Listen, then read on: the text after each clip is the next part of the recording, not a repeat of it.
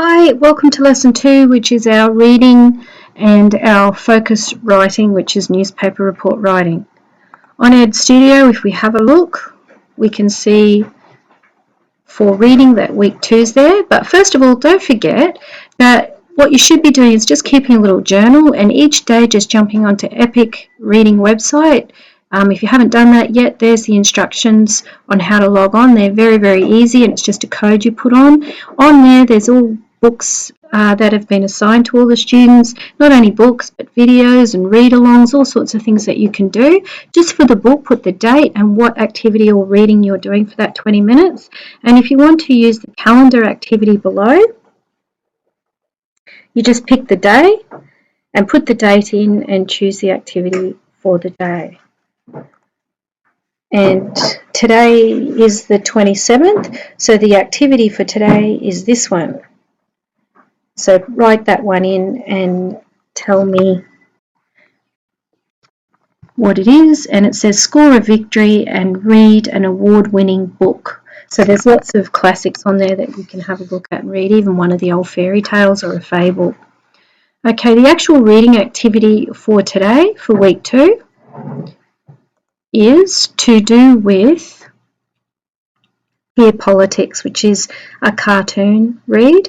Now what I did, in case Ed Studio's down, or just to make it easier to read, is I sent all these worksheets and activity booklets and things to you, and the one I sent you looks like this. They're all out of a Teacher Starter magazine called Buzzing, and if you just turn to, if you've printed it out, or scroll down to the activity for today, which is called Peer Politics.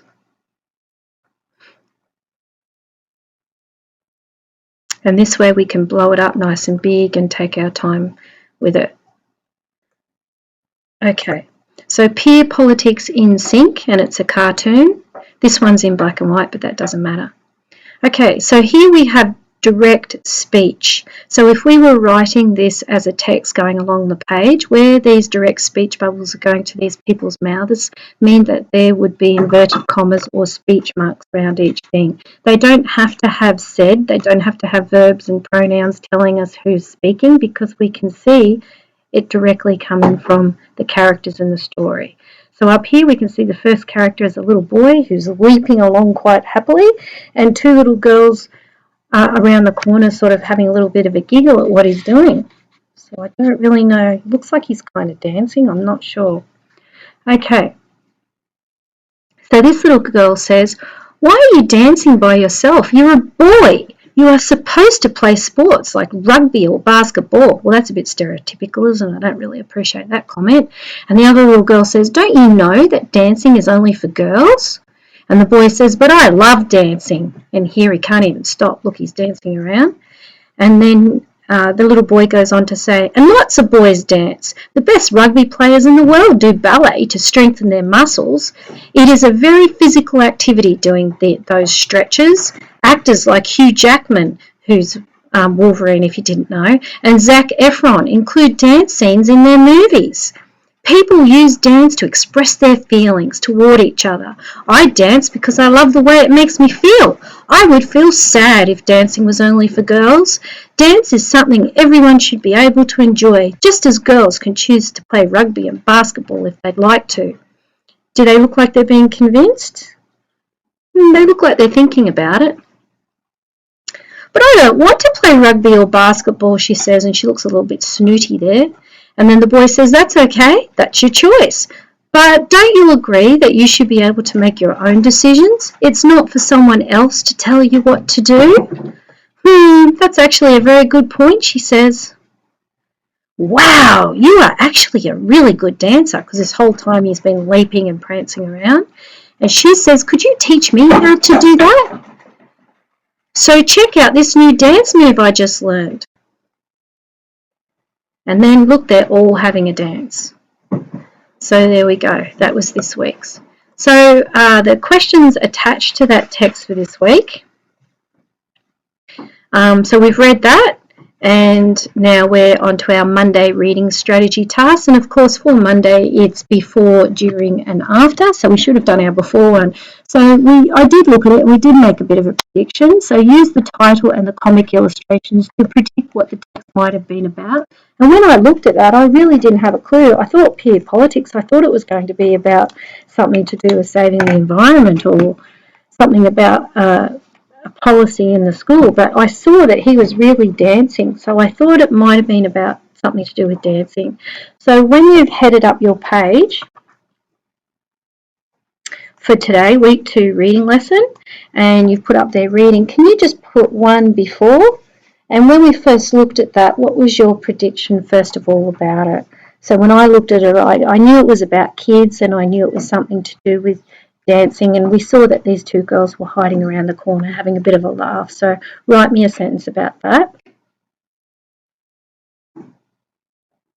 On a deeper level, there was a little bit of pressure from the girls on the boy not to do dancing because they thought it was more of a feminine sort of thing to do. But to his credit, he kept doing what he wanted to do. As a matter of fact, he convinced them that he should be able to choose and do what he wants like they can. Okay, so during reading now, so number 2, head that up during reading. That's your next one. So, pen died. So during reading,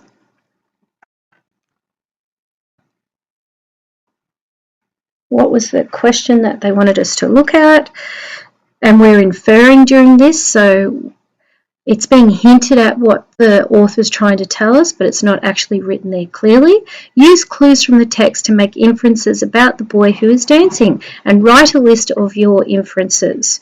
Okay, so what can we infer about the boy who's dancing?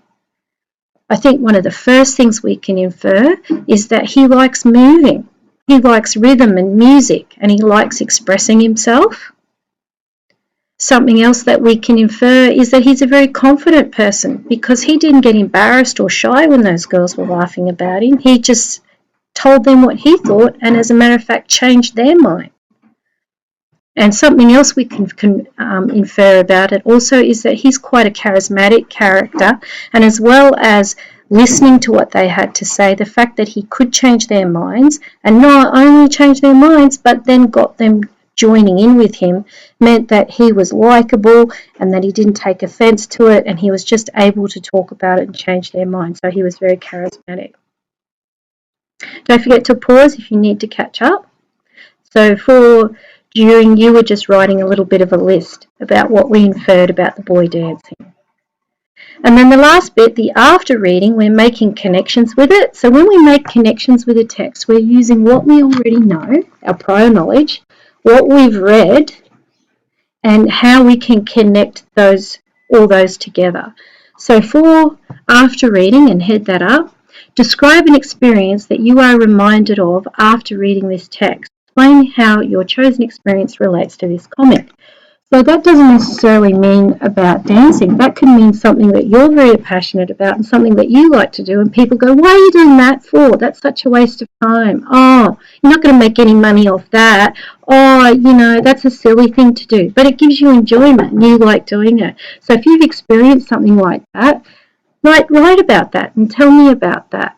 Or if you know of a friend who maybe is really, really good at something and they've got you involved in it, maybe gymnastics or motorbike riding, is there something that they've liked that initially you thought wasn't that great, but they've convinced you to have a go?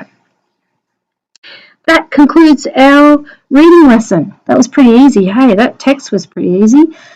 Okay, so what we're moving on to now is our focused writing, which is newspaper writing. So if you go down to English Focus, I'm doing this lesson a little bit early, so it's not actually uploaded yet. So I've uploaded the lessons and I've sent those to you via email as well. So let's go in and have a little bit of a look.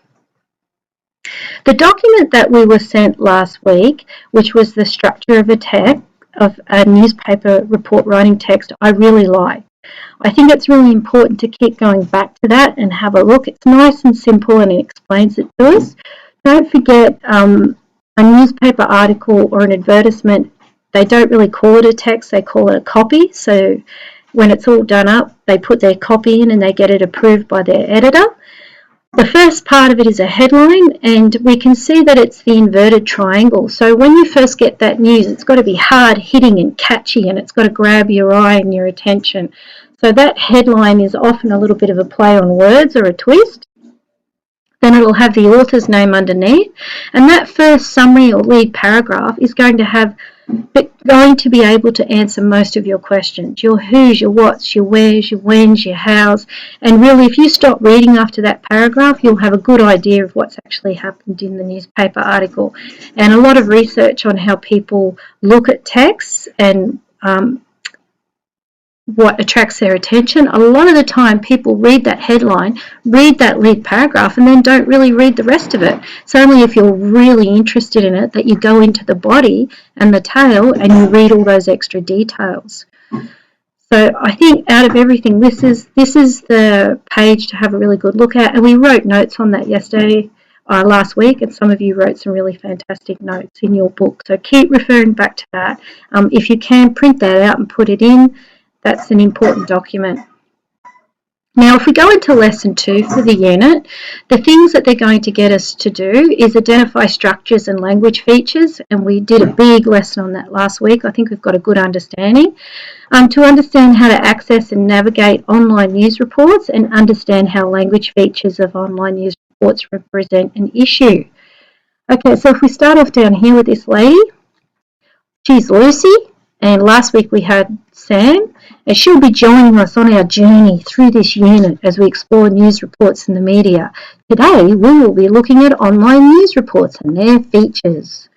Thank you, Lucy. So here we've got a television, a newspaper, a radio and an internet. Now if you are doing this in your book, please head it up as we've been doing week 2, and it's focused writing. You can just put newspaper reporting if you want. If you're using this sheet, what it wants you to do is tick which one your family mostly gets their news from. Do they sit down and watch the nightly news on the TV? Do you get the newspaper delivered to your house? Do you get it on the radio or the internet? Now that also includes your phone. If mum or dad have got an app on their phone that's got the news, where do they mostly get it? Do they mostly get it from social media? Because that's the internet as well. One thing I would say to you is that as a student and learning about the world, it's really important that you make sure that you try and access different sources of news so that you get a fuller picture of what's happening in the world. So for example, if you just go to a newspaper, a lot of newspapers in Australia are owned by one company, so they're only going to give us one point of view. If you go to the television all the time, you're only going to be getting the news from that TV station's point of view. So it's a really good idea to hop online with mum and dad so they can show you the best websites to go to and get the point of view of the news from lots of different reporters and lots of different people about what's happening in the world. There's some really great reporters out there who report things from lots of different places. There are many advantages and disadvantages to accessing the news on the internet instead of through our media, such as radio or television broadcasts. So we're going to complete the table below, and we're going to show the advantages and disadvantages of accessing the news online. Now rule this up in your book if you haven't got it, and put advantage and disadvantage on either side and just online news at the top. So one of the advantages they've given us is viewers can explore topics in more depth in online environments. Now that's a big thing that I would say to you, because you're not just getting it from one channel or from the newspaper report. As I said, there's lots of reporters out there who work for themselves, and they go out and they investigate what's going on, and they tell you from their point of view and their research and investigation what's happening in the world. A disadvantage is viewing online news reports requires internet access, and that's a bit of a problem if you don't have it. Another advantage with online news is that you get to see lots of images, because often these reporters take a lot of photographs, and in a newspaper you can only put in 1 or 2 images. Online they'll have lots of images, they can put lots more information in there, and they can have lots more opinions and interviews with people to make up the stories. The disadvantages is sometimes it can take you longer to absorb all that information, and you've actually got to flick through. Okay, now Lucy says, let's now look at the features of a website and an online news report. This website has the same print news report that you read last lesson. It is common for newspapers to reduce articles online so that more people can read them. So comprehend an online news environment, and that all they mean is the actual website that the newspapers are on. While viewing online news reports requires internet access, it allows viewers to explore topics in deeper and more interactive ways using embedded links and other online navigation tools. So an embedded link is like this one. If you double click on it, it will take you to something else that will further explain it. There are many different features used on a website, which includes headings, we know about that, consistent font size, style and size, graphics, embedded video or audio clips, menus, navigation tools, search functions and hyperlinks. So what we're going to do now is we're going to have a look at sheet 8 and identify the different features used in online news reports. So let's have a look. And I've sent that to you as well, but if you double click down the bottom of the page, if you are on Ed Studio, it'll take you to it. So this one we looked at last week. We looked at it more as a straight text. It didn't even really look like a newspaper article, which was a little bit confusing, but it read like one. But this time they've laid it out as an actual newspaper article online. So if we clicked on this online, this would be what it looked like. So we've got the name of the the name of the online newspaper up the top, and then we've also got a menu that you can click on to take you to different places. Then it's got the heading, the truth about sharks, and a little caption underneath, or the main paragraph that gives you some information about it, and then you read through, and it's got consistent font and size, and it's got search functions up the side and hyperlinks, pollution fears. These are other stories that you can go to that are kind of linked to this story. And then they've got a little featured video down the side, which I don't even think is really related to this story, but is related to other things that we're reading about and doing. So it's not even to do with this. Okay, so what is it they want us to do with that? Let's have a look.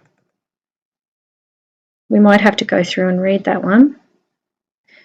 The next step is to examine the subject matter of the news report and look at the intended audience. Comprehend an online news report to help answer the following comprehension questions. So there's some comprehension questions there to do with this newspaper article, and before we read it, let's have a look at what those questions are. Nope, they're not there. I wonder if these ones are it. Nope. I'll just pause this for a sec while I find those questions. Okay, sorry about that. So the questions are actually attached to this little document here that we're looking at that we downloaded. So the questions are, right there, think and search, author and me on your own. Okay, so let's have a quick look at those so we know we can answer those as we go. What does the author say that Australians are afraid of at the beach? And they've already answered those ones. Think and search, what's the point of view conveyed by the author of the news report and the author and me? Okay, so let's bring up the actual story and I'll go through and read that with you.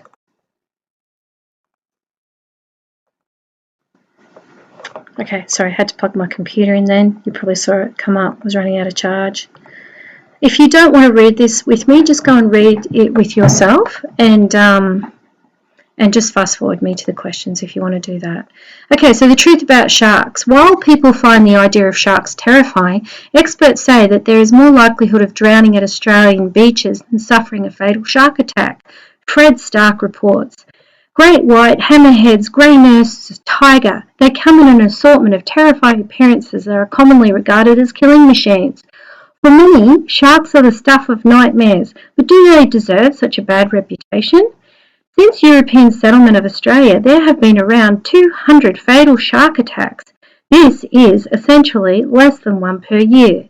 Statistically, it is highly unlikely that you will be mauled by a shark the next time you are splashing around in the shallows.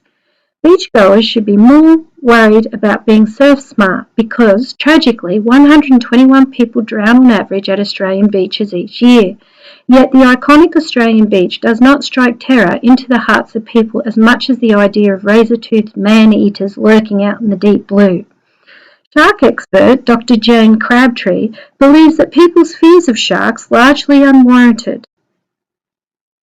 The shark is an apex predator, and this was the same text we read last time, but the apex is the top of the predator chain, the most fearsome and deadly. Apex predator that reminds people of an ancient primal fears of being hunted by tooth and claw. When you step into the water, these ancient fears are often realised, but it is more likely that you will suffer injury driving to the beach rather than the jaws of a shark. Now, it's annotated because it's been split up and it tells us. So now we are more into the body of the text, the details of the text. And here we have an image, sharks fearing for their lives. Dr. Crabtree emphasises the human need to understand that the ocean is the shark's home. When people choose to swim in the sea, they are taking a risk because this territory is the shark's home environment, she says. If we choose to play there, that is a risk we decide to take.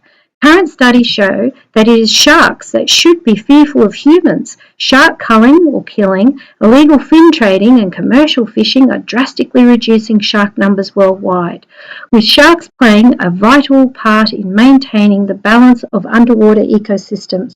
This is of serious concern. So next time you are at the beach, spare a thought for the shark, a misunderstood species that needs to be respected and protected by humans. And there's our related stories up there they talked about, and a search function as well, if you wanted to look at something else in the newspaper. So if we go back to the text and have a look at some of those questions.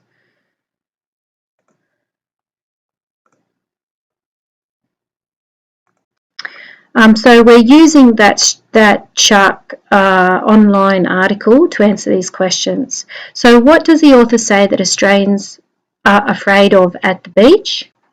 It's to do with the shark attack. Give these answers to me. They've actually written in to help us. I don't know why. The author reports that Australians are terrified of being attacked by sharks when they go to the beach. B, what does the author believe Australians neglect?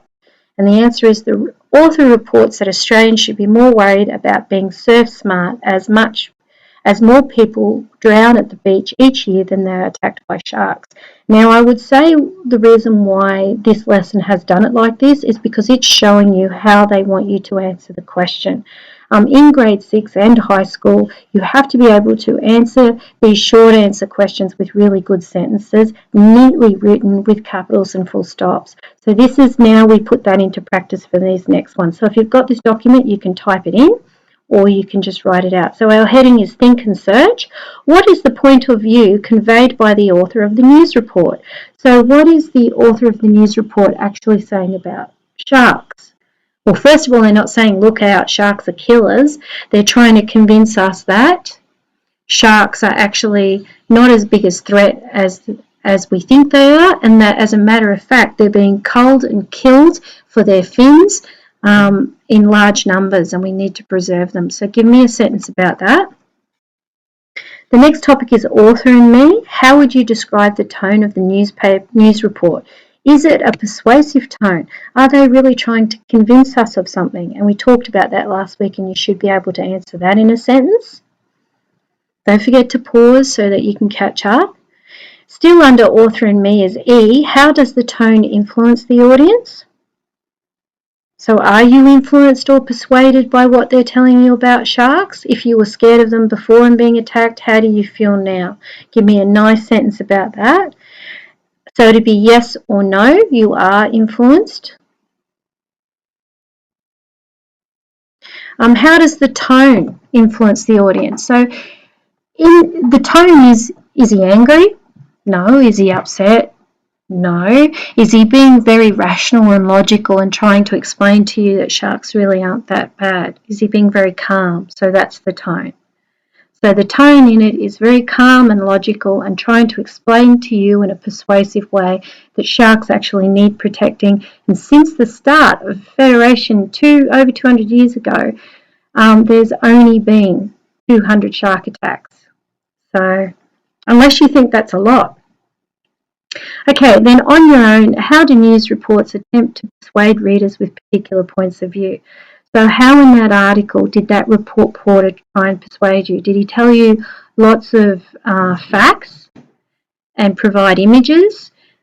So use some of that information to explain that. And there's that image that I think is very important for us to understand. That's all we're going to do today.